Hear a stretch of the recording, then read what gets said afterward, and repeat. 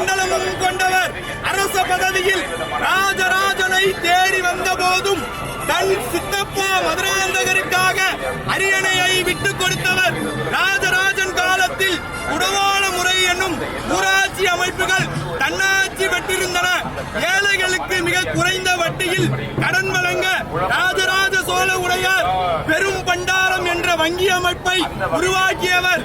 தஞ்சை பெரிய கோயிலை கட்டியது மட்டுமல்லாது அங்குள்ள 64 கல்வெட்டுகளில் தன் காலம் குறித்த அனைத்து விவரங்களையும் பதிவு செய்தவர்.